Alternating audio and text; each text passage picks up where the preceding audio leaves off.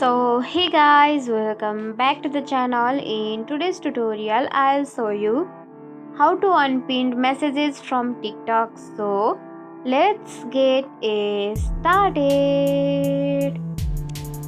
At first, make sure you have the TikTok app downloaded from Google Play Store or App Store, and also make sure that you have logged into your account. So let's open it.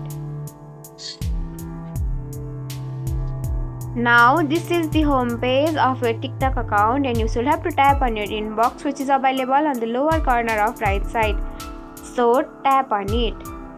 Now this is your inbox, and you can see the first chat which is pinned, and you can see the icon of pin on the right side of the screen. So tap on that message until you will see the option of unpin, archive, mute and many more. So you should have to tap on unpin.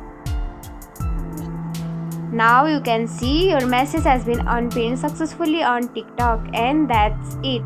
If you found this tutorial helpful, don't forget to like, comment, share, subscribe and also hit the bell icon for more easy tutorials. I'll see you in the next video. Till then, bye bye, take care, have a great day.